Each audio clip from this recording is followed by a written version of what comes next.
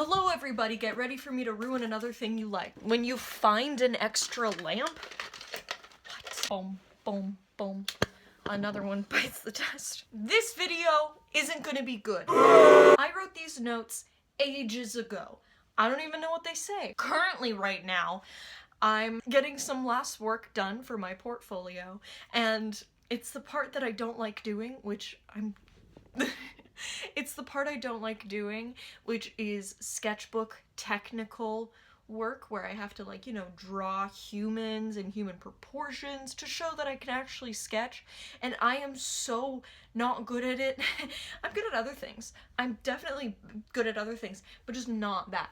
And I really want to get into university, so this is stressing me out. Instead of doing that, instead of doing the English homework I have about writing an essay that's so freaking stupid, instead of reviewing stuff that I need to do for university, we're not going to do any of those things, and I'm going to talk about the show Sex Education. Sex Education is a show that came out a couple weeks ago. It kind of came out at the same time as You. It was kind of like that, like, new mix, like new shows that came out at that time, and I watched both. I really liked You. You was actually a really great show. I might make a video about it because, like, I've talked about serial killers before, and I think it would be an interesting additive to the conversation, so maybe I'll save that for another day. Is I want to talk about sex education. That's the point of this video. Now you may be wondering, why sex education? Oh my god, this is shaking so bad. Probably wondering as to why I want to talk about sex education. It felt like a fairly harmless show. It's no 13 Reasons Why. It's no Insatiable. It's not inherently problematic. It's, if anything, I would argue not problematic. But what we're going to talk about is just Netflix putting out shows that have no substance whatsoever and just put them out because of 1, shock value, 2, nostalgia, and 3, it's just a bunch of attractive people making out. I am all for attractive people making out, but I'd like them to have dialogue that actually kind of makes sense and doesn't make me want to die. Now, Sex Education has actually gotten a lot of praise in the past while, and I want to talk about that exact praise and the compliments that the show's getting and why they're dumb. So this is in true Jenny Nicholson format. Jenny Nicholson is like one of my favorite YouTubers, honestly. She made a video, it was top 10 worst reasons you liked Rogue One. So this is gonna be in the same style as that, but I don't have as many reasons. It's only six. Top 6 reasons why you thought Sex Education was good. Number 1, the show's just so diverse. I feel like there's a character for everyone to connect with. That's so wrong. Before I get into the diverse characters of the show and talk about why they're inherently, like, nothing crazy, I want to first talk about why I hate this kind of compliment so much. A show doesn't get brownie points for remembering that people of color exist. This is a show about high school. Of course there's going to be a diverse group of people there. They shouldn't be getting applause for remembering that. The part that's like the most insulting about this is that the main characters that we really follow in the show are white. Editing Claudia here.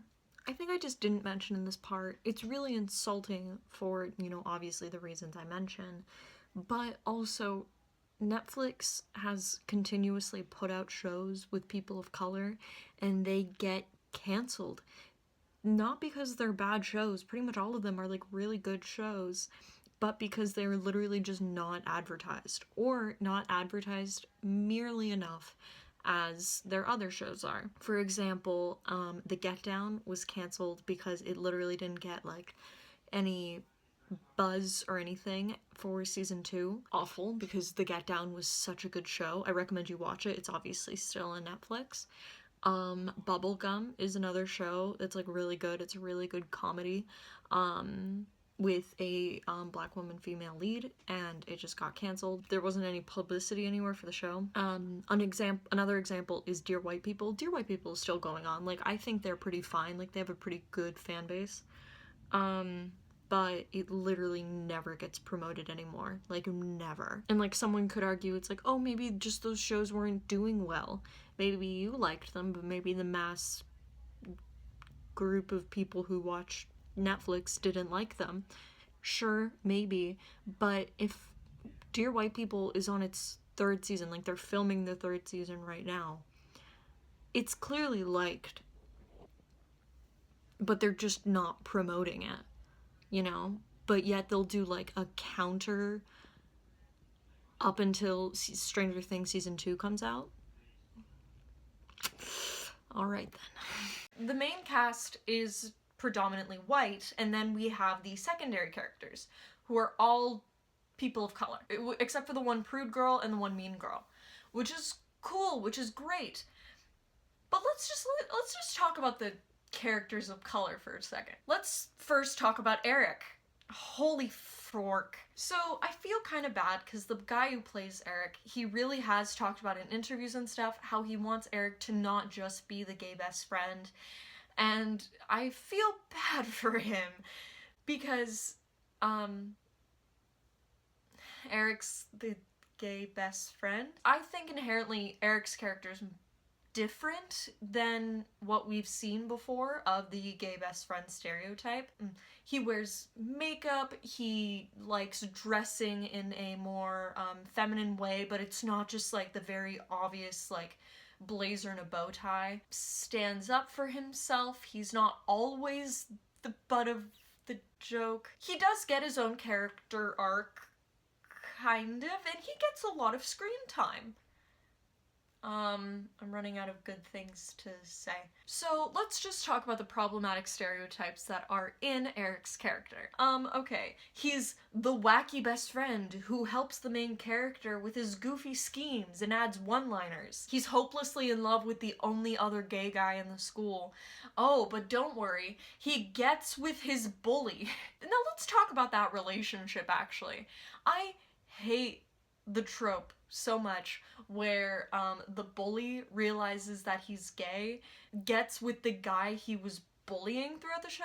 Like, watching the scene where Adam and Eric finally make out is so weird. I felt kind of scared for a second, because it's like clearly you could tell that Adam was having like feelings for Eric. Like, you know, he was like watching him when he wasn't looking. You know, it's like there were moments where you could kind of tell it was leading up to something. And I literally thought he was gonna like punch him or something when they were in the music room and they started to fight. Like, I thought that Adam was gonna just get so like angered about his own sexuality or something and like take it out on Eric. And he literally almost did. Oh my god, the part where he has Eric like pinned down to the floor, and Eric, without any other move, like, he thinks he's going to get decked. His only other thing he could do is spit in his face. Adam spits back at his face, and then they start making out. That's so, like, predatory and weird, and I just... ugh. The thing is, this isn't necessarily bad. I think that you could do this trope. I think there are ways that this trope can still be transformed and redone, but not like that. Pimple cream, it's fine. A part I didn't add here, but I thought I'd just make now, is I wanted to give an example, and pretty much the two shows that like are my favorite teen dramas are Skins and Scum. But in Skins, there's kind of a similar plot that happens where there is a gay kid and his name's Max, and he gets kind of like stalked-ish, and it's like this very predatory girl is stalking him basically, and that's kind of like his character arc in the season, like his relationship with this girl, and then, you know, them like stopping her and stuff, you know, it's like a whole thing. But my point is that that's like a nuanced way to talk about the subject. It's like literally just switching the genders, making this, instead of two guys and one of them is a bully but happens to have a crush on him, and switching it to a guy and a girl, you see just how creepy this trope is. Because if it was like, again, if the genders were the same, we would just think like, aw, he's like insecure about his sexuality. And we wouldn't think of it any more past that. My favorite part actually afterwards was when they were both in science class and they kind of like hold pinkies like this. It's cute. It's like, it's sweet. But did it have to start with the two like fighting? Whatever. And also the thing with Eric's whole character arc is he starts out as the sassy gay guy. He gets punched in the face, which was also shockingly like emotional scene, but I'm going to talk about that in a little bit. Gets punched in the face, he becomes more insecure about his sexuality, for causing him to not want to wear like luxurious clothing and stuff. He wants to be like more toned down, like he wants to be more heteronormative, but this just causes him to lash out and be more angry, and then he goes back to it after seeing just like a gay black man in a car. I mean, I wish I'd seen like a little bit more of like a personal growth, not just like a random man he's never met before. It all feels like they had to just quickly end his arc there, like it had to just be done at that moment, when there could have been more to it. But I will say though, I do like that there is a lot of Afrocentric inspirations that come out through his wardrobe and stuff like that. I think that's really interesting. I mean, we don't see like much of his family. We just see a bunch of children yelling and fighting in like a small house. Yeah, we didn't even get into the black stereotype of him, but I mean, I'll just leave you with that nugget. Jackson might be my favorite character. Why? It's because he's hot as hell. I think they were very confused when they made Jackson. Shows need to be diverse because, you know, they think like, oh no, the youths aren't gonna like us if we're not diverse, which is like true, but like they don't know how to handle diverse characters. So they make them like these like angels. They make them like these like perfect beings. This is kind of obviously has a history in that stereotype. Research it yourself. He's like a star athlete. He's a player. He's like a nice guy. He's actually kind of smart. He's like considerate and sweet. He's like completely perfect. I do kind of like the whole jock stereotype a little bit turned on its head, but it's confusing. Like, we're supposed to believe at the beginning of the show that Jackson is this big playboy. Like, he, like, has hooked up with every girl in the school.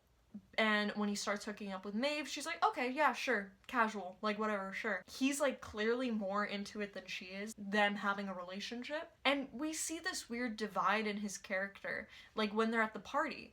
And one of the popular girls is like, hey, Jackson, we're going into the hot tub, like, clearly flirting with him. And he's like, yeah, Maeve, want to go in the hot tub? It'll be fun. Like, clearly, like, not processing that that girl just flirted with him. He's more like, I like Maeve and I want to hang out with just Maeve.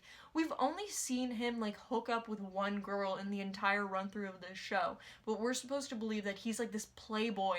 You can't trust him. Otis gives him the advice of reading, like, Virginia Woolf.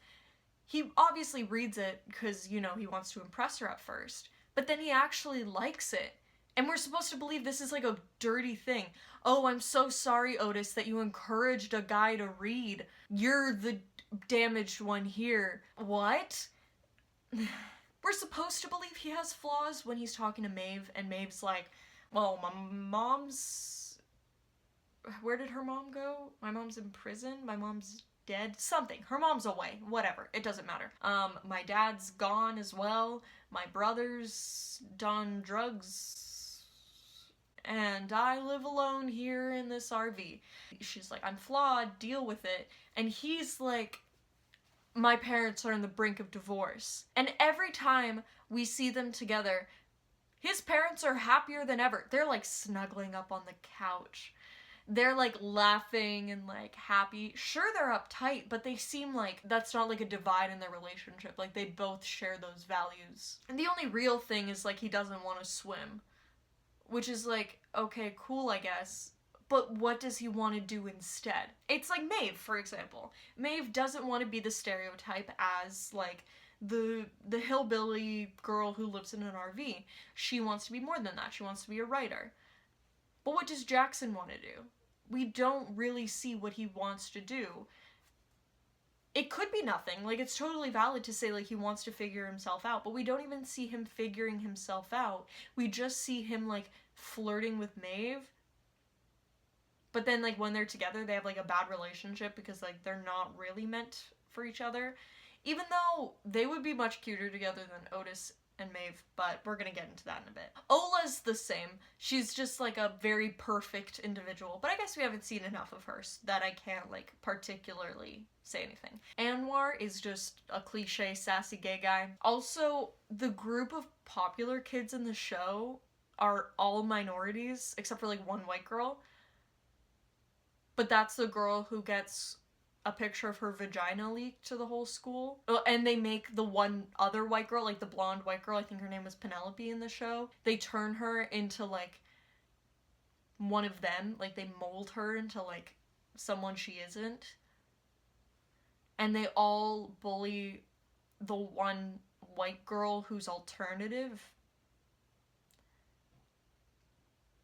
Okay, enough about that. They have cool costumes, and the setting is really pretty. First of all, with the setting is so weird. Setting plays an integral part of the show that you are putting on. Whether it's a show, like, as simplistic as Friends. Skins is meant to show you kind of the dirtier, grittier parts of England. It's showing you this world that we don't necessarily see coming from England. It was showing shows that, like Downton Abbey, that was making England look like this regal, beautiful place, when in reality that wasn't the case for a lot of people who lived there. It's showing a gritty, gross version of it, and that reflects in where they are. It's a gritty, small town where everyone knows each other. The pubs are gross, but there are beautiful parts of it. There are beautiful lush meadows, and there's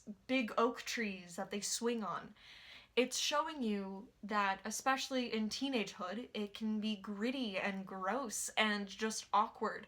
But there are other parts that are calm and serene and happy. Even just, like, in the barest of examples, in Generation 2, I hate Generation 2, but just talking in perspective here, when Effie accidentally hits one of the twins, I don't remember her name, with a rock and she goes unconscious because she's all drugged out and she's running through the woods, it's a clear metaphor that she's trying to get out of the woods, and the woods is her own mind and her own messed up thoughts.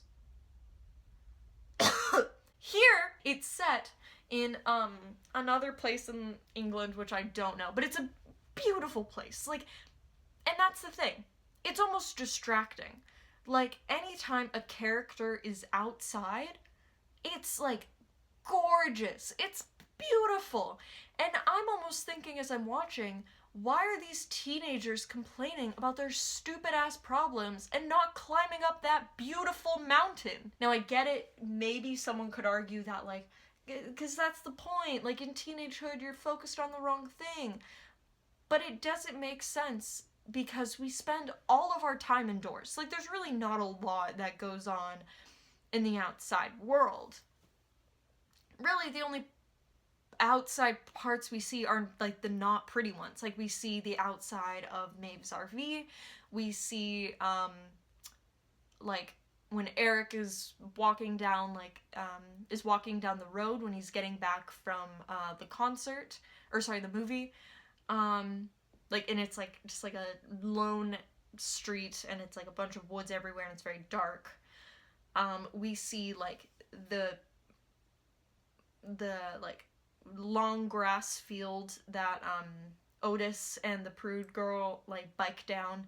You know, it's very, it's the parts of it that aren't that visually interesting. It's only the parts that are, like, accidentally in shot of the beautiful place that, of, like, the beautiful countryside, that you finally notice that, like, holy shit, they're living in the most beautiful place on earth. I'm just saying, it makes no sense. Like, I genuinely don't know why they picked this area when they could have picked any other area that gave them those set of requirements. It's not an integral part of the show. it doesn't mean anything. They're just in a pretty place because people like looking at pretty things. I hate the costumes for the show. Yes, there are some good fits. I have been told on Instagram that I looked like it was something that Maeve would wear, and that like hurt me a little bit because I thought I was a little less basic than that, but it's fine. No, there are some good fits, and like I said before, I do actually like Eric's costuming. It's not like, you could clearly tell some actual inspiration was put into his wardrobe.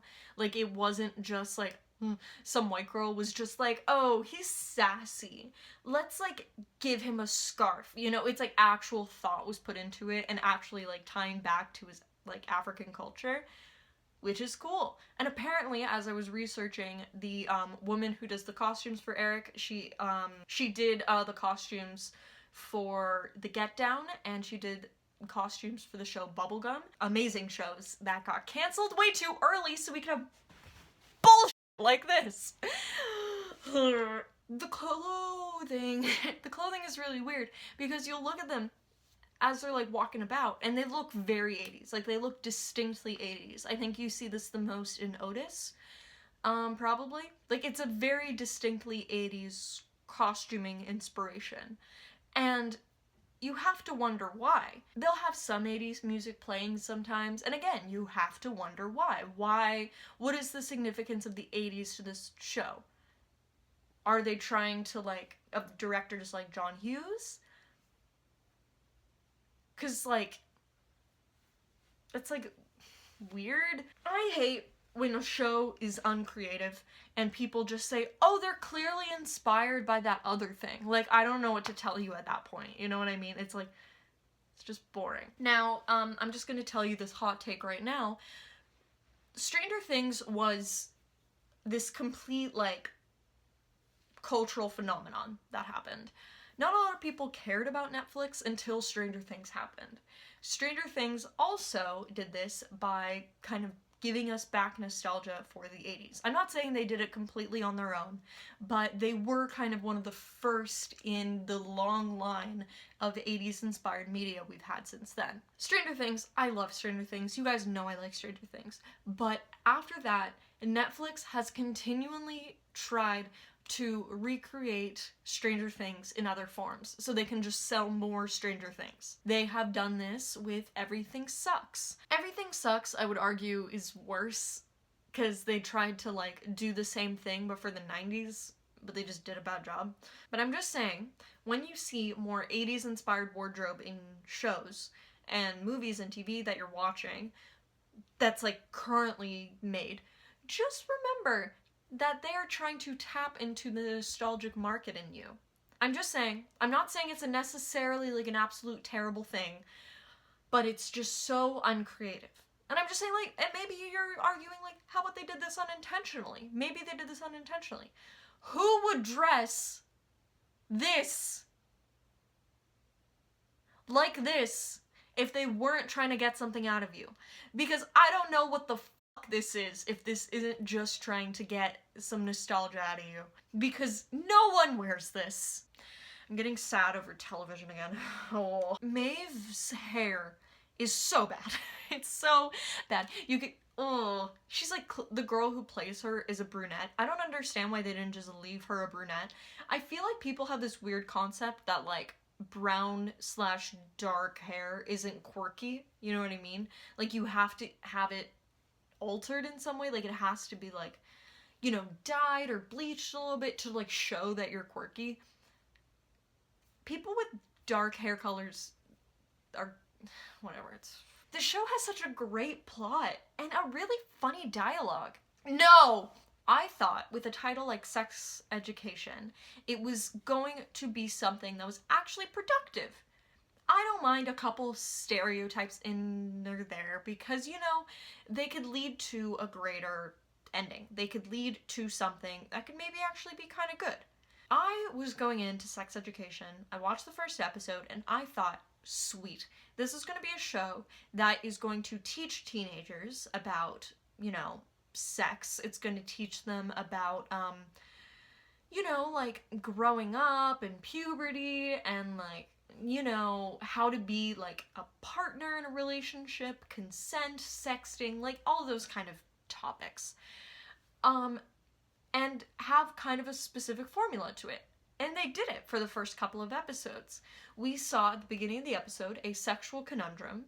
Then we saw the characters, that character with the sexual conundrum, going to Otis, giving him the problem. He sits on it all day.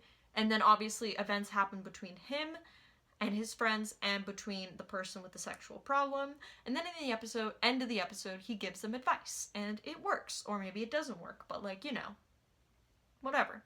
This is a great formula because this is unintentionally teaching you something and it keeps your show grounded.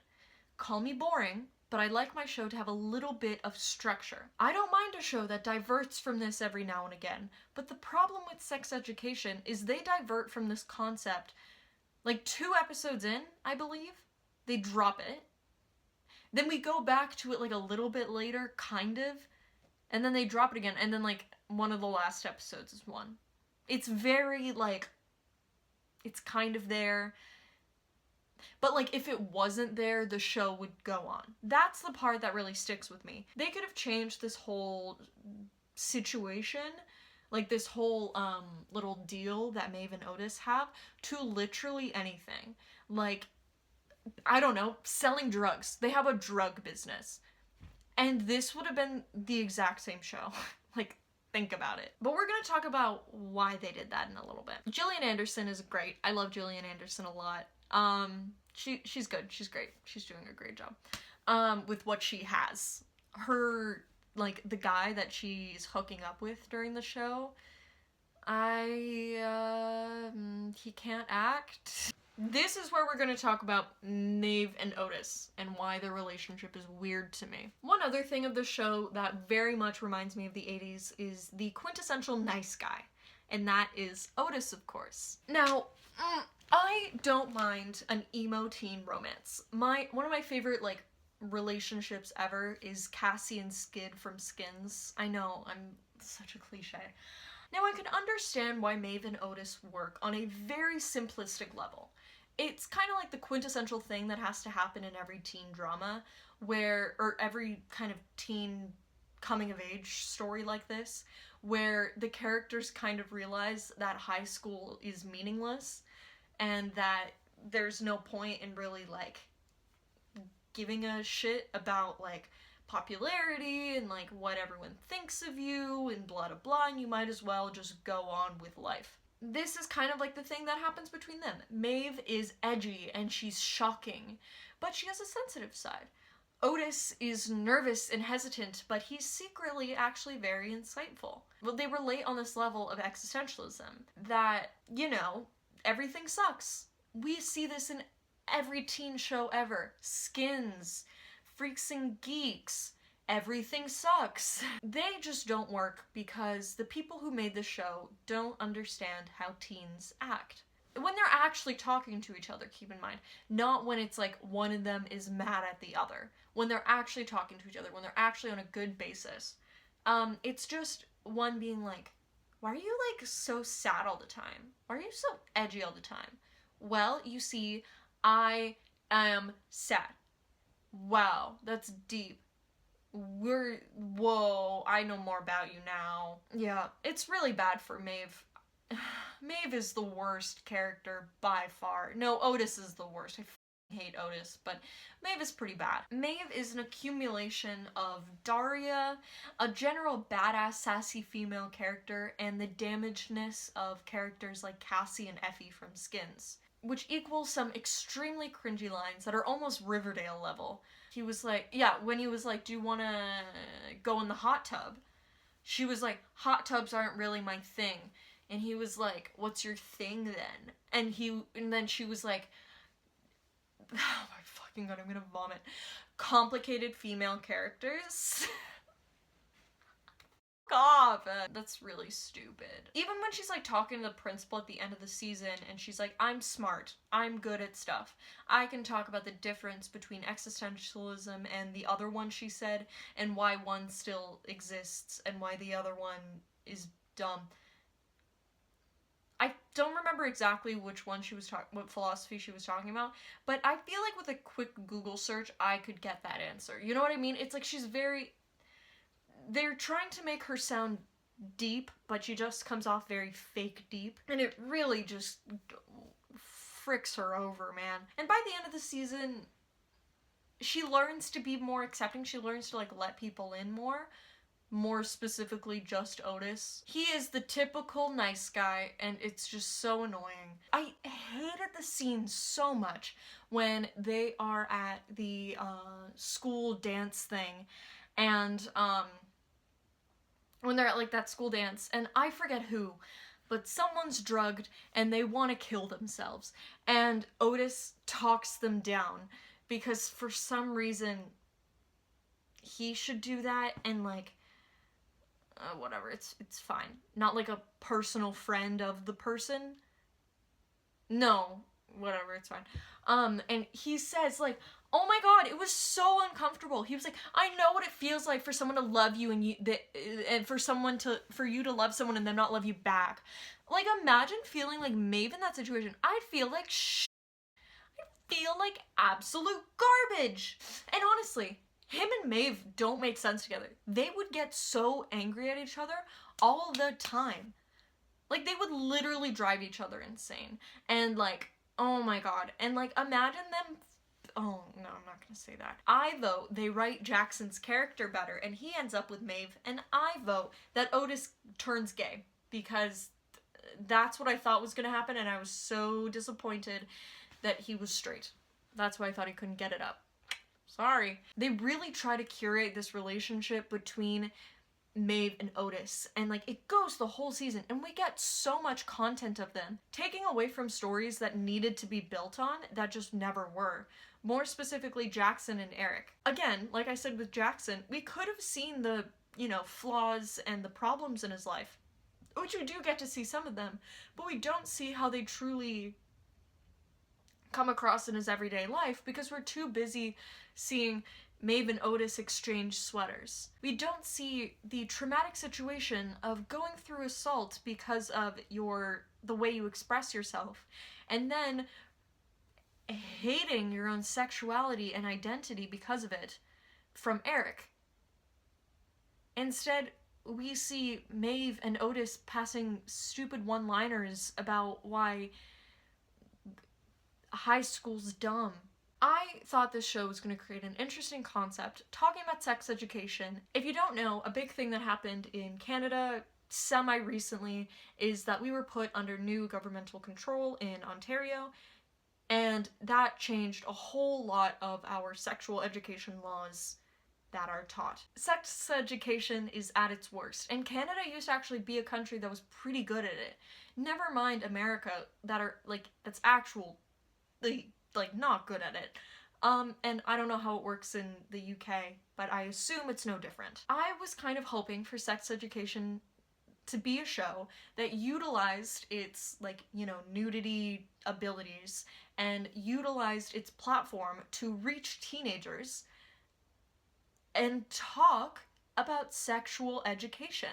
I'm not saying it had to be a lecture every episode, but maybe we could talk about consent for boys. We could talk about toxic masculinity. We could talk about the pressures of sex. We could talk about, like, literal, like, things in sex and being like, why don't I like this? Stuff like that. We could talk about, like, polyamory. I don't know. Like, all these kind of, like, sexual questions that any teenager has. Like, literally any teenager has. And just talking about them in a super chill and kind of comical way.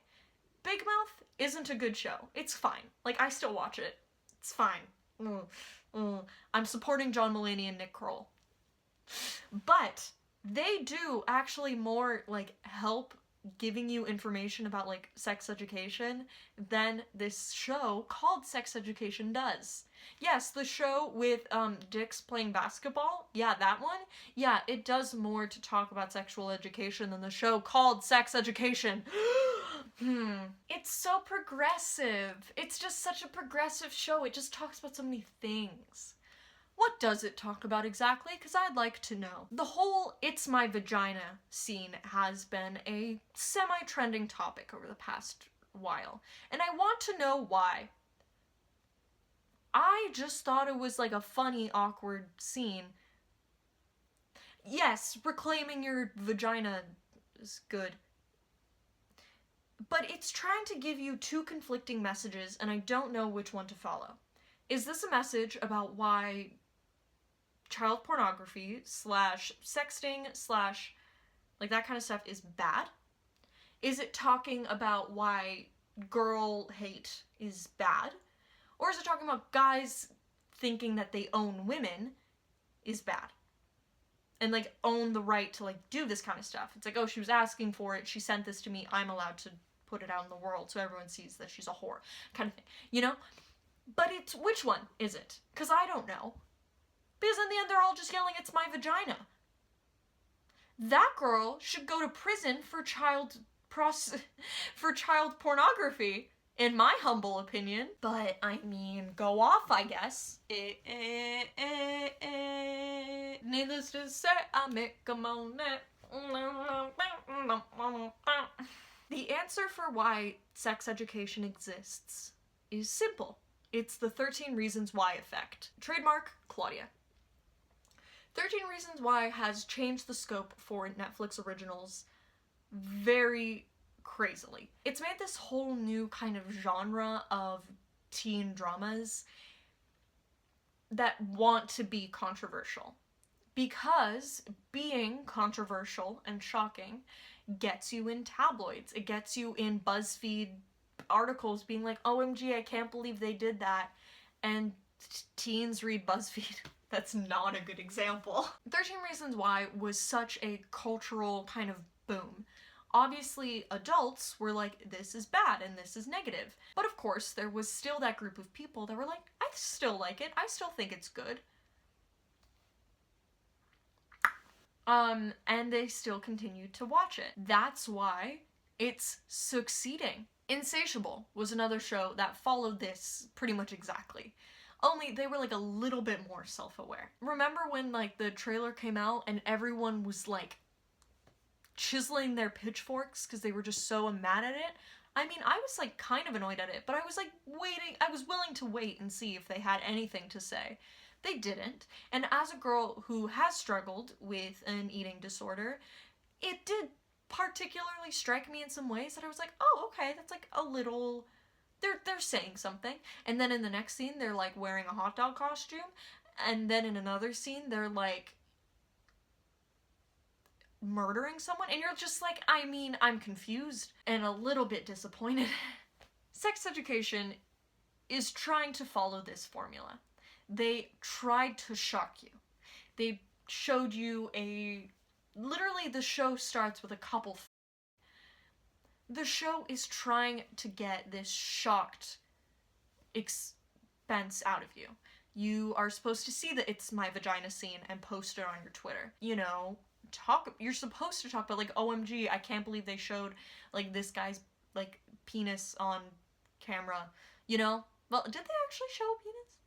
I think they showed like under, like it's like it was his back, but you like saw it still. So does anything matter? Sex Education was a show that had so much potential and could have done so many amazing things, but instead of doing that, they went for an easy cash grab of showing you titties on a screen. Respect Jackson or die. Oh shit. I kind of scared myself there for a second. Anyway, I'm gonna go back to realizing that I can't draw lips. Live long and prosper. What the fuck was that?